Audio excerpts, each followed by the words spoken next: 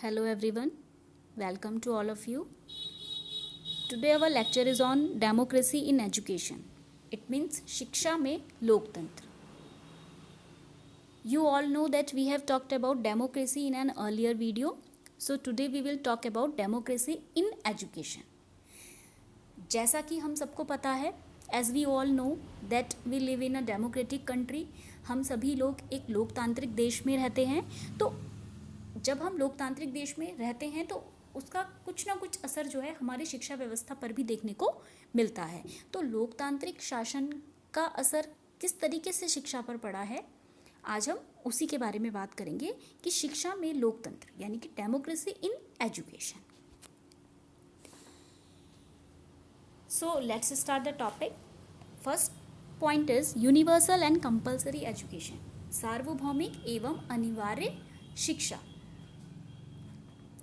जैसा हमने पीछे भी जो हमने इससे पहले की वीडियो में पढ़ा था, उसमें हमने कहा था कि democracy is based on the principle of equal freedom and equal right for all people regardless of race, religion, sex और इकोनॉमिक स्टेटस.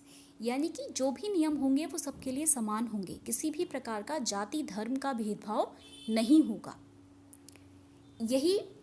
इसी का असर लोकतंत्र का हमें शिक्षा में देखने को मिला कि शिक्षा को सबके लिए यूनिवर्सल एंड कंपलसरी कर दिया गया. यानी कि सबके लिए इजीली एक्सेसिबल हो एजुकेशन, सब तक समान रूप से पहुँचे.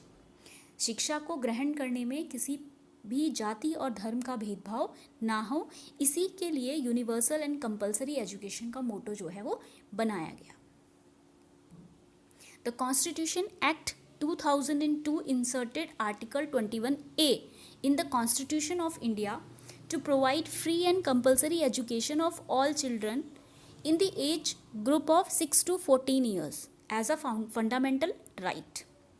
जैसा कि हम सबको पता है, शिक्षा का अधिकार जिसमें कि 6 से और 14 साल तक के बच्चों को मुफ्त और अनिवार्य शिक्षा दी जाती है. चाहे वो गरीब व्यक्ति है, चाहे वो अमीर व्यक्ति है, कोई भी व्यक्ति शिक्षा को ग्रहण कर सकता है. इजीली एक्सेसिबल बनाया गया, सब तक आसानी से पहुंचा जा सका. तो ये शिक्षा के अधिकार के तहत हुआ, जिसमें कि आर्टिकल 21A को जोड़ दिया गया और फिर फ्री और कंपलसरी एजुकेशन जो है वो प्रोवाइड की गई 6 से 14 साल तक के बच्चों को. तो ये डेमोक्रेसी का ही असर है जो शिक्षा में हमें देखने को मिला. Next point is school is miniature of society. विद्यालय समाज का एक लघु रूप है, क्योंकि विद्यालय में जो बच्चा सीखता है वही वो समाज में जाकर के डिलीवर करता है. अगर वो विद्यालय में अच्छी शिक्षा लेगा तो कहीं ना कहीं उसका असर सोसाइटी पर भी देखने को मिलेगा. देखिए, जब हम शिक्षा ग्रहण करते हैं तो वो हमारा एक व्यक्तिगत विकास होता है, लेकिन जब एक व्यक्ति विकास करता है तो उसका विकास कहीं ना कहीं उसके परिवार का विकास होता है. जब उसके परिवार का विकास होता है तो उससे उसके समुदाय का विकास होता है. जब उसके कम्युनिटी का विकास होता है, समुदाय का विकास होता है, तो कहीं उसके देश का भी विकास होता है. तो यहाँ पे जो डेवलपमेंट है वो एक दूसरे से रिलेटेड है. पहले इंडिविजुअल डेवलपमेंट, फिर इंडिविजुअल का डेवलपमेंट हो रहा है तो फैमिली का डेवलपमेंट हो रहा है, देन सोसाइटी और कम्युनिटी एंड देन नेशन और कंट्री. तो इस तरीके से हम कह सकते हैं कि विद्यालय में जो व्यक्तिगत हमारा विकास हो रहा है उसका फल कहीं ना कहीं समाज में हमें देखने को मिलता है. The child receive education of citizenship and word fraternity in school. जो विद्यार्थी है वो विद्यालय में नागरिकता की शिक्षा प्राप्त करता है, कैसे उसको एक अच्छा नागरिक बनना चाहिए. विश्व बंधुत्व के जो गुण हैं वो शिक्षा के माध्यम से ही उसके अंदर विकसित होते हैं. तो बालक विद्यालय में नागरिकता की शिक्षा लेता है और विश्व बंधुत्व की शिक्षा लेता है. इसीलिए हम कह रहे हैं कि जो विद्यालय है वो सोसाइटी का एक लघु रूप है, क्योंकि उसमें डिफरेंट काइंड ऑफ स्टूडेंट्स जो हैं वो आते हैं. किसी भी जाति के हो सकते हैं, किसी भी धर्म के हो सकते हैं. तो आपको समाज का एक जो छोटा सा रूप है वो स्कूल में देखने को मिलता है. नेक्स्ट इज ऑर्गेनाइजेशन ऑफ को करिकुलर एक्टिविटीज़, यानी कि पाठ्य सहगामी क्रियाओं का आयोजन. पाठ्य सहगामी क्रियाओं का आयोजन करने का जो मेन मकसद था वो यही है कि जो कॉपरेशन, ह्यूमन वैल्यूज़ हैं वो विद्यार्थी के अंदर डेवलप हों, किसी भी जाति का, धर्म का उनके अंदर भेदभाव ना हो.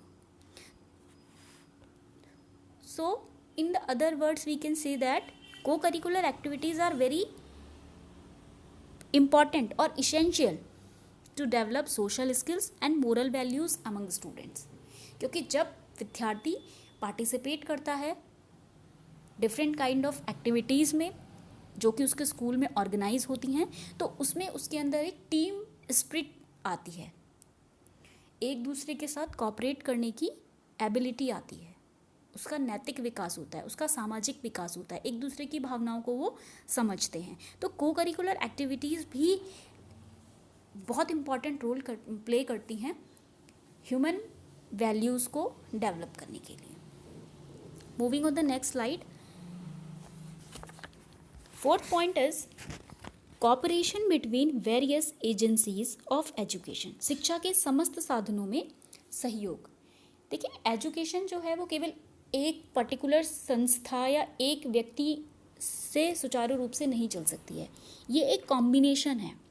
हम कह सकते हैं कि education can run smoothly with the support और cooperation of the family, community, religion and state.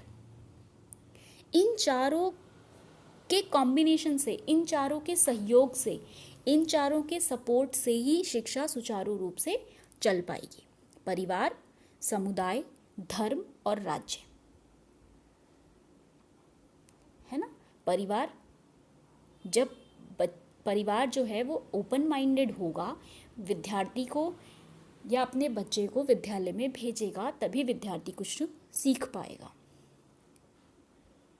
है ना. और कम्युनिटी भी कैसी होनी चाहिए? ओपन माइंडेड कम्युनिटी होनी चाहिए, ताकि वो बालिका शिक्षा को भी प्रोत्साहित करे और बालक की शिक्षा को भी प्रोत्साहित करे, किसी भी प्रकार का भेदभाव ना करे. धर्म में भी रिजिडिटी नहीं होनी चाहिए.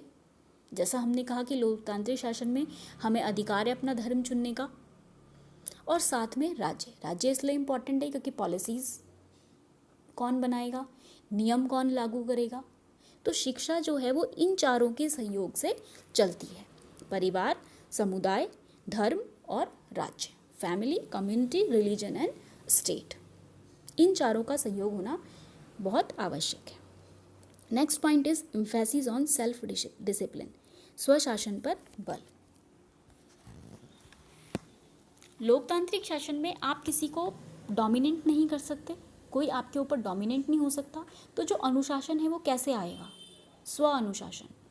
क्योंकि आप खुद एक दूसरे की रिस्पेक्ट कर रहे हो, एक दूसरे की भावना को समझ रहे हो, तो एम्फेसिस ऑन सेल्फ डिसिप्लिन, स्व शासन पर बल, स्व अनुशासन पर बल. यानी कि हम खुद अपने अंदर से अपने अंदर अनुशासन जगाएं.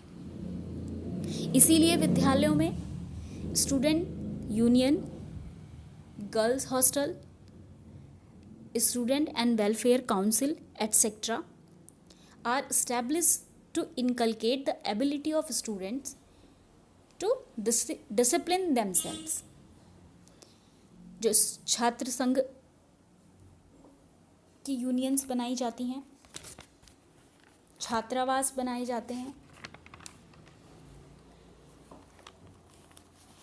छात्र कल्याण परिषद बनाई जाती हैं, इन सब की स्थापना विद्यालय में की जाती है या कॉलेजेस में की जाती है, ताकि विद्यार्थी अपने अंदर अनुशासन जगा सके. क्योंकि आप रिस्पॉन्सिबिलिटी उनके ऊपर होती है तो अनुशासन अपने आप ही उनके ऊपर आता है.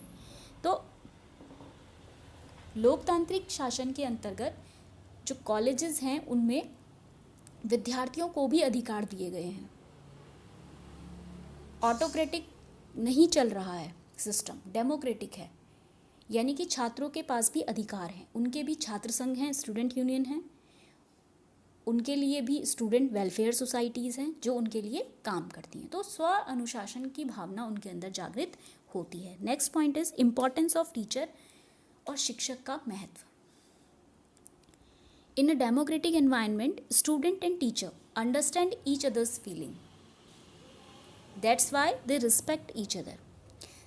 जब हमने कहा कि डेमोक्रेटिक एनवायरनमेंट में जो ह्यूमन क्वालिटीज़ होती हैं वो डेवलप होती हैं, तो इसका मतलब टीचर और स्टूडेंट दोनों ही एक दूसरे की भावनाओं को समझेंगे, तो आपसी समझ अपने आप ही विकसित हो जाएगी। जो म्यूचुअल अंडरस्टैंडिंग है वो अपने आप ही विकसित हो जाएगी और वो दोनों ही एक दूसरे का सम्मान करेंगे।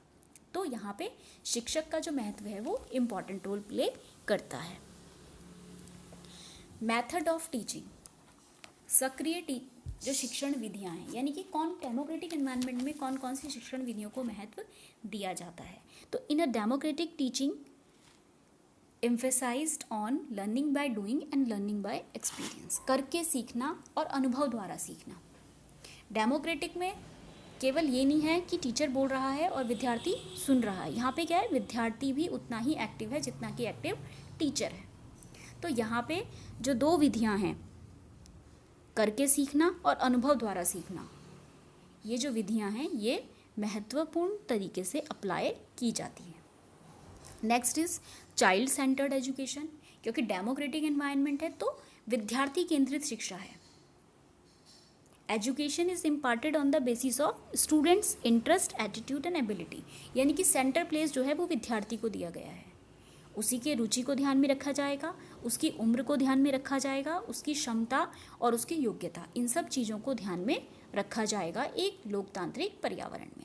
तो हम देख रहे हैं कि लोकतांत्रिक जो एनवायरनमेंट है उसका कहीं ना कहीं असर हमारी शिक्षा में देखने को भी मिल रहा है हर तरीके से।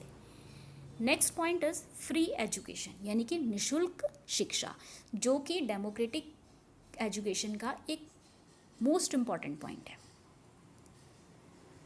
Free education to all students, education जो है वो इजीली एक्सेसिबल हो सबके लिए, as we talked about in first point, universal and compulsory education, जो कि हम पहले पॉइंट में हम इसकी चर्चा कर चुके हैं कि 6 से जो 14 वर्ष तक के बच्चे हैं उनको निःशुल्क शिक्षा प्रदान की जाती है, जहाँ पे उनके साथ किसी भी जाति धर्म को लेकर के कोई भेदभाव नहीं होता।